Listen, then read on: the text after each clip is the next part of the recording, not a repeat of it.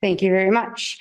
Thank you. I wanted to make sure that we welcome Jagmeet to Thunder Bay Rainy River. Over the past couple of days, we've met at Fort William First Nation to meet with the chief and some of the community. We went to the moose tanning camp there, and we were able to really participate and see where people were gathering together to learn about culture and to get back into really getting together as a community. We were able to meet with some of the labor leaders.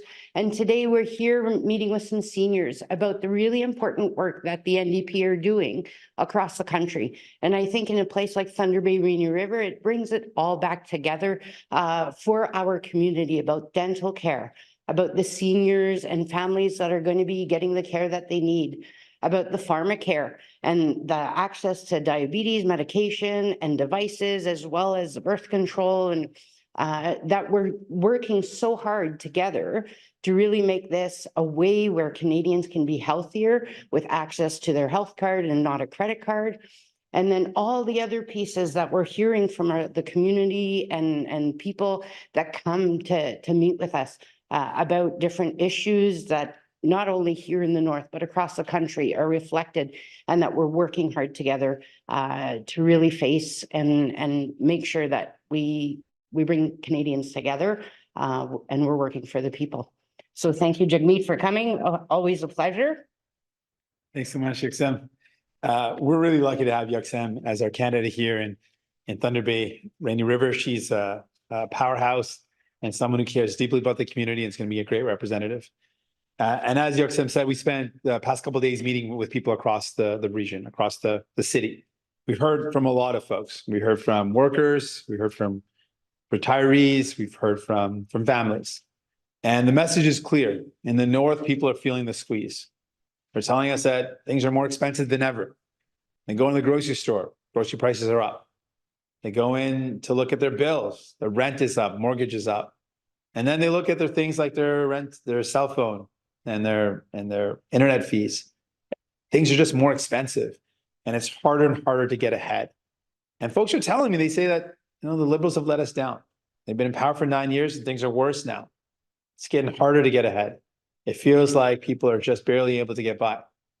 And they feel really frustrated and angry at the Liberals who've let them down. And they also tell me they're really worried about Pierre Poilievre, especially the retirees who remember Harper days. Are really worried because they know what Conservatives do. Here in Thunder Bay, people know what Conservatives do in Ontario. Doug Ford's Conservatives cut healthcare, they cut education, and they want to privatize healthcare. So you have to spend money out of pocket. And they know Pierre is the same thing. Pierre has made it very clear. He wants to cut dental care. Even though 2 million seniors have signed up for the program, 45,000 plus have already gotten care, meaning these are 45,000 seniors and counting that have gone into a dentist, have been able to get their teeth looked after. And Pierre Poilievre wants to take that away, wants to take that away from those seniors, take it away from your grandparents and your parents, doesn't think they deserve to get their teeth looked after, even though he's had dental care paid for by the public for most of his adult life. He doesn't want seniors to have it. And he said, Pierre Poilievre Conservatives would take that away right away, get rid of that. They would not let seniors have that. He tried to block pharmacare. He said that people living with diabetes don't deserve to have their diabetes medication covered and their devices covered. He says you don't deserve it. He would take that away. Pierre Poilievre wants to cut and gut the services that people need. He wants to cut pensions. He's very open about it. He said one of the first things he said in the fall of 2022, his plan was cutting pensions and EI and putting $500 million in the pockets of rich CEOs. So people tell me they're really worried about that. They're afraid of what Pierre would do to them. He would make things, the price of Pierre is something that people are afraid of. The price of Pierre would mean life costs more, less services, less access to the programs you need, harder to get healthcare without paying out of pocket, no more dental care, no more pharmacare. That is a serious price. The price of Pierre is going to cost people too much. The price of Pierre is, what is he going to do?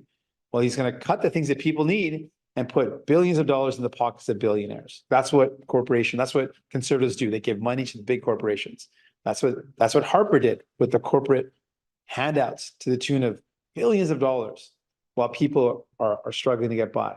That's the legacy of conservatives. That's what Pierre wants to do. And so people need to know that things can be better. And I want folks to know we can tackle the big problems we're up against. We brought in dental care covering millions of seniors. We've shown that we can get things done. And right now we're up against a serious challenge with the high cost of groceries. People know when they go in and buy their groceries that they're paying more than ever for their groceries. And these corporate grocery stores are making record profits. They know they're getting ripped off. They know that. And so what we need to do is stop these corporate giants, these corporate grocery stores from ripping you off. When you're paying the highest cell phone fees and internet fees in the world, you know you're getting ripped off by these big telcos, Rogers, TELUS, and Bell. So we need to fight back. That's fully within the federal government's control to take them on and make your bills more affordable. Liberals and conservatives haven't done it. They're not going to do it. And I want folks to know we're committed to it. We've shown you that we can deliver. You Democrats can deliver and make life better. We can tackle the big problems that we're up against, and we can make life better. We can make life more affordable. We can bring down the price of groceries by protecting consumers, putting in stronger laws that protect you, and putting in more severe penalties so these corporate grocery stores can't rip you off. We can make sure we use the federal powers to bring down the price of your cell phone fees and your internet fees. We can make life more affordable. You Democrats can make that happen. And so I want you to know, I know that you're worried about, people have shared with me in the North, they're worried about the price of Pierre. Let me know, I want you to know, we are fighting back against that. He tried to stop pharmacare, we made it happen. We made that law happen, and people are gonna get that coverage. So know that we got your back. We hear you and see you in the North, and you Democrats are committed to fighting for you. Yuk-Sem Won, your local candidate, is gonna be a powerful voice for you in Ottawa. We want Ottawa to work for you, not for the CEOs. The Conservatives have made it clear whose side they're on, and the Liberals are out of touch. We got your back. I'll do that again in French, then I look forward to your questions. Donc, c'est clair, depuis quelques journées, on est ici dans le Nord, que c'est difficile. On a entendu des histoires des gens qui ont dit que ça coûte trop cher. Le coût de la vie, ça augmente. Et je comprends ça. Et les gens me disent que les libéraux n'ont pas agi pour répondre aux besoins des gens. Ils sont frustrés avec l'inaction des libéraux. En même temps, les gens ont peur pour le coût des conservateurs, le coût de Pierre Poilievre, parce que ça va coûter cher, Pierre Poilievre. Il y a un grand coût des conservateurs et il coupe les services dont vous avez besoin. Pierre Poilievre veut couper les soins dentaires, malgré le fait qu'il y a presque 2 millions de personnes âgées qui ont reçu ces bénéfices ou qui ont reçu cet avantage. Et maintenant, c'est plus que 45 000 personnes âgées qui ont déjà, ils ont eu les soins dentaires, les services. Donc, c'est 2 millions de personnes âgées qui ont s'inscrit au programme et 45 000 personnes qui ont eu les bénéfices ou eu l'avantage de ce programme. Donc, Pierre Poilievre veut couper tout ça, veut couper dans les pensions, veut couper les pensions, veut couper les soins de santé, veut couper les investissements. Donc, ça va coûter trop cher. Mais on veut vous donner d'espoir parce que les néo-démocrates ont montré qu'on peut faire des grandes choses. On a réussi à mettre en œuvre un programme des soins dentaires, quelque chose qui aide les gens. On a réussi, en force les gouvernements, de mettre en œuvre une assurance médicaments qui va couvrir les contraceptifs gratuits et les médicaments pour les diabètes gratuits. Donc, on peut régler les choses. On peut faire face à la crise d'abordabilité en faisant face à l'exploitation des grandes entreprises. On peut faire tout ça, on peut améliorer la vie des gens. Et ça, c'est pourquoi on montre notre option, notre offre au monde. With that, I'm ready for any questions you might have. Okay, we're going to start with questions on site. We'll do one question, one follow-up. We'll start with Leaf from TV News. You mentioned your disappointment with the Liberal government, yet your party continues to support them and keep them afloat. Is there any scenario you see where you're going to drop that between now and 2025 and force an election early? Well, I want to make it very clear. Left on their own, the Liberals have let people down. Because we've been there, we forced them to bring in things like the dental care program. We forced them to bring in a law to protect childcare. We forced them to bring in pharmacare. So we've been forcing this government to do things. The Liberals would never have done that without us being there. It is frustrating working with them. But without New Democrats, Ottawa would be working for the corporations like they always do. Ottawa would be working for the billionaires and not for you. We have forced them to do these things, and we want to see them through. I want to see dental care rolled out. This summer, it's going to expand to cover kids, people living with disabilities. I want to see that happen. I want to see the diabetes medication and free birth control. I want to see that rolled out. I want to see people get that benefit. I want to see people's lives better off. So I'm going to force this government to do those things. And when an election comes, I'm ready to run as prime minister. We've got an opportunity now, and New Democrats have always used the power that we have to help out people. And what do the Conservatives want to do with their power? Well, they're very clear as well. They want to cut dental care. They want to cut pharmacare. They want to cut your pensions. Imagine seniors right now barely can get by. Pierre Poilievre has made it very clear he wants to cut your pensions. What is that going to mean for people in this cost of living challenge that we're in right now? It's going to be painful. It's going to be impossible. And so we're fighting back. We're not going to let the Conservatives take those things away from you. And we're not going to let Liberals continue to remain inactive. We're going to force them to deliver. What tangible legislation could you introduce then when we're speaking about grocery prices and cell phone prices? What are some tangible things that you can do to lower those costs? So we've pushed for some of the changes that have already been pushed through the budget. I have a bill that I have tabled in Parliament that has passed second reading, so it's passed one phase. This is a bill that lays out a clear path. One, stiffer penalties. So right now, when we look at some of the examples of exploitation, the bread price fixing that happened in 2018, folks might recall 2018, big corporate bread producers and corporate grocery stores colluded. They came together purposely to rip off you and your family. They have been found guilty of that, and they got a very minimal fine. Canada Bread Company, for example, got $50 million in fines, despite collectively the group making $5 billion in profit ripping you off. So what I propose in my bill, those fines are way too low. That's not a deterrence. My bill says that if a company or a series of companies make a benefit, that the penalty should be triple the benefit that they've made. So if they made $5 billion off Canadians, my bill proposes that we should impose a $15 billion sentence on those companies. So that's a real deterrent to do not rip you off. We need better laws to protect consumers. So we've pushed for laws that say the Competition Bureau should be able to investigate price fixing more quickly, have more powers to compel companies to provide them with information so they can quickly determine if there is price gouging or price fixing going on. Better protection for consumers means lower prices for consumers. Takes away power from these large monopolies really that are really driving up the cost of food. On top of that, in my bill, I propose that we need to stop the monopolies. Right now, there's 3 grocery corporations that run most of the grocery stores you go to and that are charging you so much. That's Loblaws, Metro, and Sobeys. Those are the 3. When it comes to cell phones, it's basically Bell, Rogers, TELUS. My bill proposes that we would make it very hard, almost impossible for companies to merge unless they can prove concretely that it benefits the consumer. That is a very high threshold. So many companies would not meet that threshold. We would keep more competition. On top of that, if a company's merger would result in more than 60% of a market share, we would ban that outright. They should not have such a dominant position in the market. So that's some of the examples that I'm talking about of concrete laws that we've already proposed that we could actually bring in to protect consumers, take on corporate greed. When it comes to cell phone bills and and internet fees are directly regulated by the federal government. The federal government has a power to compel these companies to change their behavior, to change their fees that are charged. We've got a spectrum auction, which is a direct way where we control which part of the spectrum is given to companies so that they can set up their own cell phone fees and internet. So we have direct control over this. I would say the federal government needs to push back and stop letting these large corporations rip off Canadians where we're charged the highest fees amongst the highest in the world. We need to push back with direct powers that we have at the federal level to regulate that and to stop that from happening. So there's significant powers that we have, and those are some of the examples. But let's be clear, neither the Liberals or Conservatives will ever do anything about this. They've let these big corporations rip you off. We're the only ones that are standing up and saying, corporate greed is driving up your prices. We would stop. We're going to go to James Murray from Net News Ledger next. Thank you for taking my question. I'm going to start with housing. In Thunder Bay, we've got a growing number of homeless encampments. We have a high rent prices and a real shortage on rental accommodation. It is not totally a federal issue, but the Prime Minister is making it one. What would the NDP do to alleviate the housing crisis in Thunder Bay and across the country? So we would take a 2-pronged approach. First, we've got to keep the affordable homes that we do have, keep them affordable. How do we do that? We proposed a renters protection fund, which is in the budget.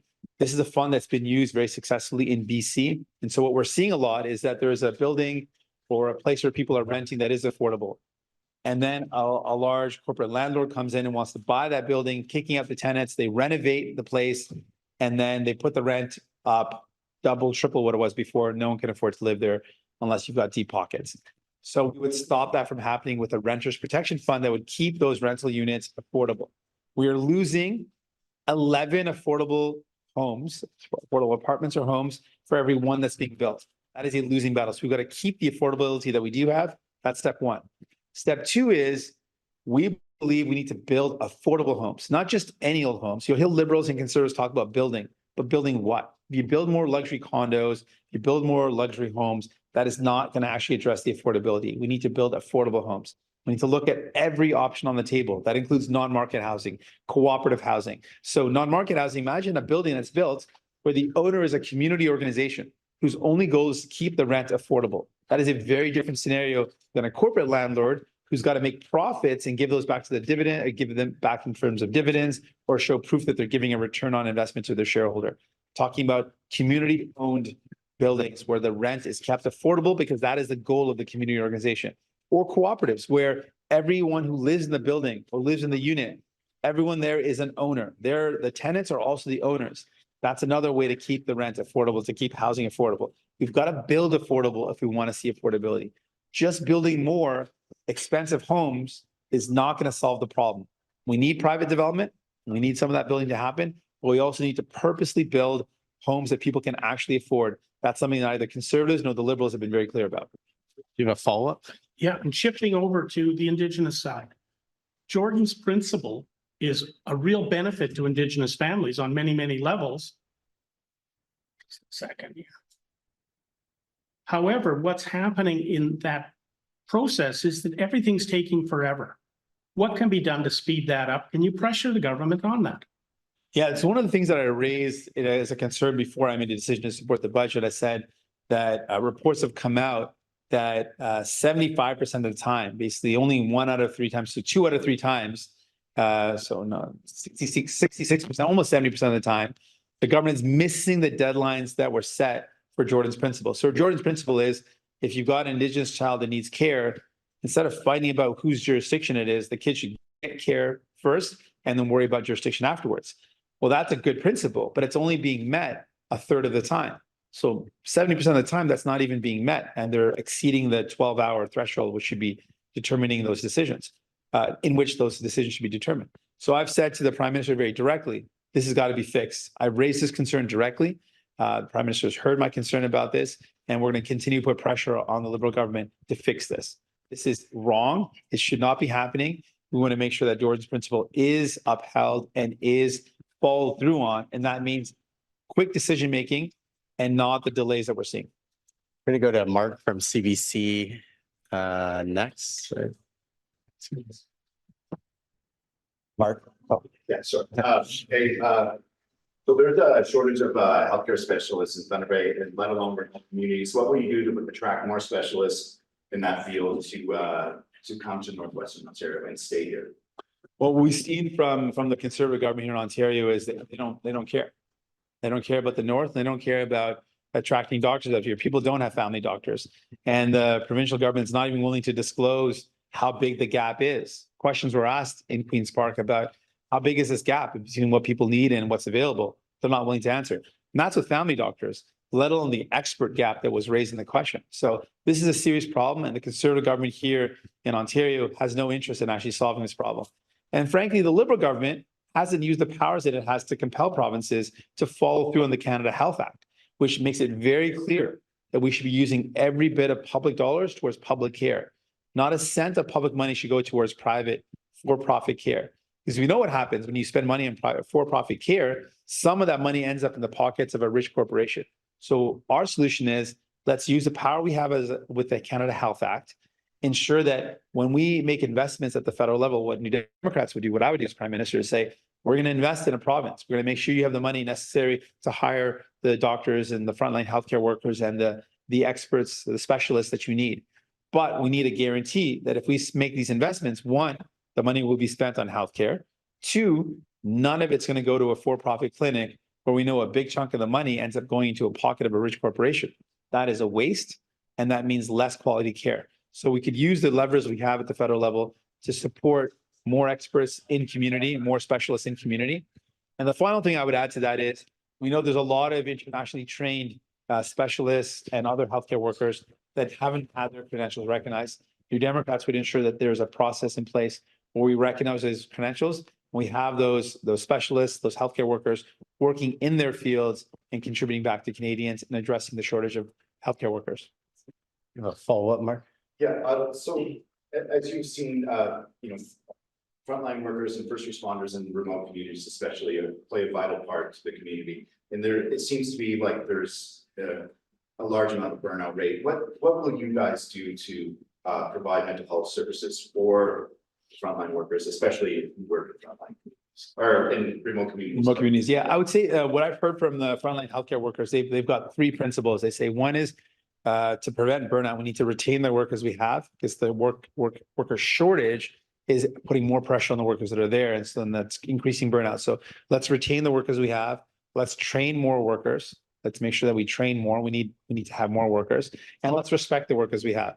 And the respect piece is making sure they're paid adequately. They're supported with reasonable schedules. A lot of these workers are burned out because they have no time off. They have no vacation time. And so imagine the stress of being involved in frontline healthcare with no breaks, no relief, and no time off. So this is adding to this strain. So what we need is a really strong strategy around human resources in the healthcare field, because that's the gap right now. There's not enough workers that are there are not getting the respect they need, not getting the proper scheduling so they can build a life around the work that they're doing. So these are the elements that I've heard from the workers themselves that apply to the shortage generally. And we can apply that to remote workers the same way. They need to have the flexibility to be able to do their work and have time off so they can be with their friends and family back in their communities. They need to have good compensation for the work that they're doing, and they need to have enough relief so that they're not being burnt out. And we can do these things. There are solutions to these problems, but it requires having the will to actually solve them. And so far, we have not seen that commitment either from the Conservatives provincially or the Liberals federally. And New Democrats really believe in our healthcare system, and we believe in workers. Combined, that's a solution to the problems that we're up against. Go to TV News on the end next. Yeah. First off, thanks for taking my question. First, Let's talk, maybe going back a bit to affordability, like you were talking, looking at the carbon tax. I think a lot of voters and politicians kind of agree at this point it's going to be an election issue whenever that comes around. We had Leader Polyev here about 3 months ago talking about axing the tax. We had Trudeau here about a month and a half ago, obviously talking about it in favor. I think some voters are still a little unclear where you stand on that in terms of the carbon tax. If there was an NDP government come next election, what exactly would happen to that tax? sure, there's two pieces of that. So let me break it down. One, we said that our concern with the current approach is that the plan that the Liberals have put forward does not feel fair. It feels like the burden is put on working people and it's not being put on the biggest polluters. And so we want the emphasis to be on the big polluters. We want a plan that's fair for all Canadians and that makes life affordable and that does actually reduce our emissions. That's the plan that we want. So we'll be delivering our plan when we get close to the election. But that's some of the elements of the plan that we want workers to know about. We said we haven't changed our position, but we do want to have a plan that addresses these concerns, that workers shouldn't be bearing the burden of it, that life should be affordable, and it shouldn't be a question between affordability or fighting the climate crisis. And that's what it's become. But I would say ultimately something that Pierre Poilievre will never talk about, when you go in a grocery store and the cost of your groceries are so expensive, you know you're getting ripped off. Who's ripping you off? It's the corporate grocery stores. They're making more money than they've ever made. I've forced those corporate CEOs to come to Parliament, and they've admitted that they're making record profits. Why is Pierre Poilievre never going after the record profits of these corporate grocery stores? Why is he never talking about corporate greed that's driving up the cost of everything, even your gas in your vehicles? These oil and gas companies are making a killing. They've also posted record profit years. And we saw recently when they switched from winter gas to summer gas, the prices were up 20 cents, the biggest jump we've seen recently. That's the problem. These corporations that are ripping you off. The corporations that are ripping you off when it comes to your cell phone fees that you pay some of the highest in the world. If you got relatives or friends in America, ask them how much they pay. If you got friends in Europe, ask them how much they pay. It's way less. So we're getting ripped off by corporate greed. That's actually what's driving up the cost of your life. And New Democrats are the only ones who are going to fight back against that. So if you're worried about the cost of your groceries, the cost of your cell phone, cost of your internet fees, these are things that New Democrats are the only ones providing the real solution. Let's go after the corporate greed, protect consumers, bring down prices.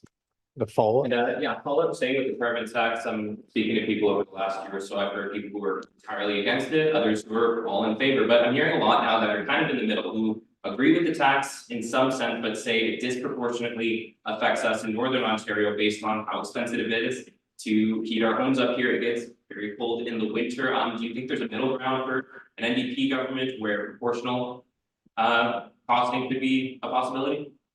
Well, what we said is we do want a different approach from the Liberals. And the Liberals have really focused on one piece. And that one piece is not the whole solution. And so what we want is a plan that really has the following elements. We want a plan that is fair to workers. Because workers right now don't feel like the plan is fair to them. They feel like they're bearing the burden of it. And that is unfair. I get that. We want a plan that takes on the big polluters because we know they're the biggest cause of the pollution that we're up against. We don't want big polluters to be polluting our oceans, our rivers, our lakes, our land and our air. That is a problem. We don't want that to happen. We want to stop them. And we also know that we want to make sure that we create good jobs and life is affordable. So to contrast us with the Liberals just want to go as it is, no changes. The Conservatives want to actually not only do they want to change the approach, they want to let big polluters pollute as much as they want. So think about the lakes and the rivers in the north. They don't mind if the big polluters pollute as much as they want into the lake and the water, into the land, into the air. That's also a problem. That's going to hurt you. It's going to hurt your family. It's going to hurt your kids. So we want a plan that is fair, that actually takes on the big polluters, that reduces our emissions, protects our planet. That's what New Democrats want, and we'll lay that plan out in the future. But let's be clear. We need a plan, and we need life to be affordable. The Liberals haven't made life affordable, and the Conservatives have no plan. We're different. Okay, we're going to go to questions on Zoom next. Yes. Our first question comes from David Thurton with the CBC. Hi, Mr. Singh. I want to ask you about the announcement that we're seeing about the billions in taxpayer money that's going to backstop another manufacturing facility within the EV supply chain. How does the NDP view this? Would you, if you form government, continue to honor these investment tax credits? So we support investments to create jobs in Canada, but we have a very different approach from the Liberals and the Conservatives. The Liberals and the Conservatives both have taken a blank check approach. Before, when Harper was in power, they gave big tax credits and big corporate handouts to large corporations, hoping that it would spur investment, hoping that it would create jobs.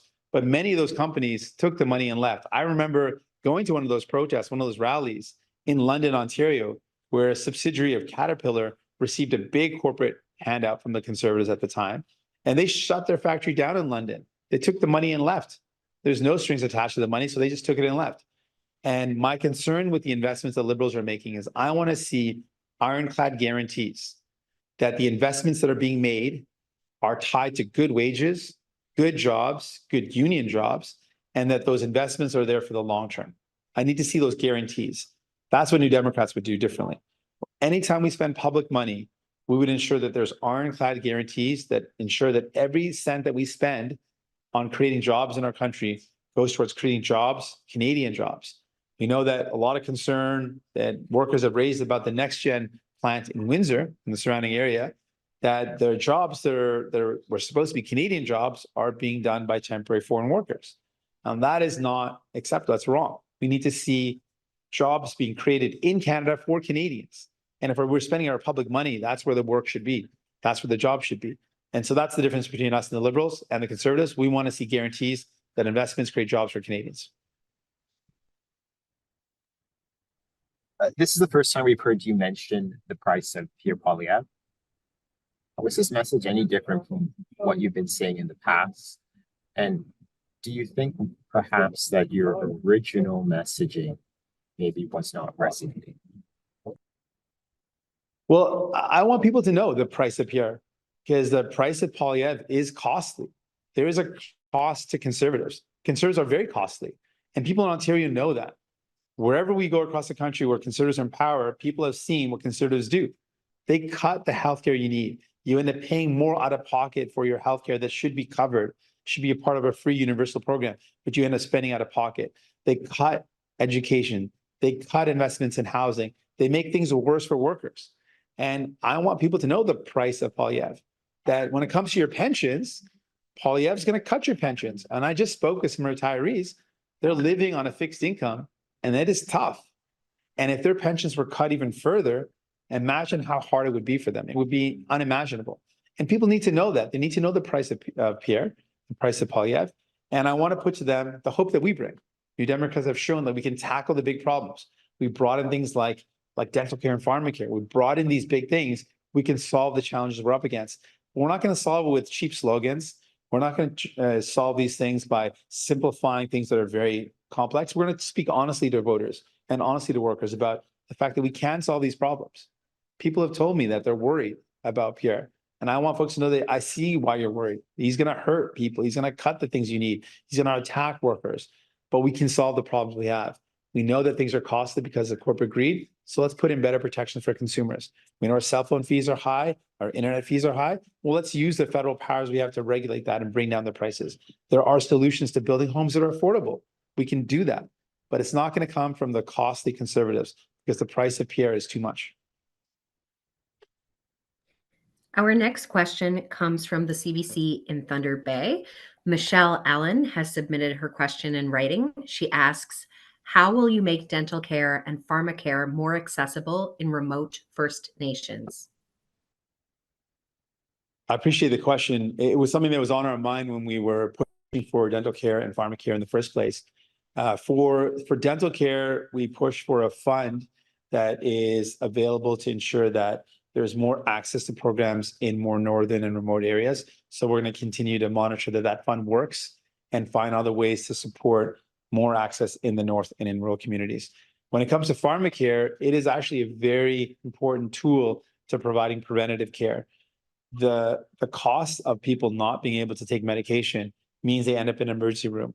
But those costs are even higher for people that live in remote areas that have to travel by air to get to a hospital. So providing access to free medication and making sure that the medication is accessible in northern and remote areas will help ensure that people can stay safe, stay healthier, and prevent them from having to go through the extremes of getting on a plane to go hundreds of kilometers away, in some cases thousands of kilometers away, to get the care they need.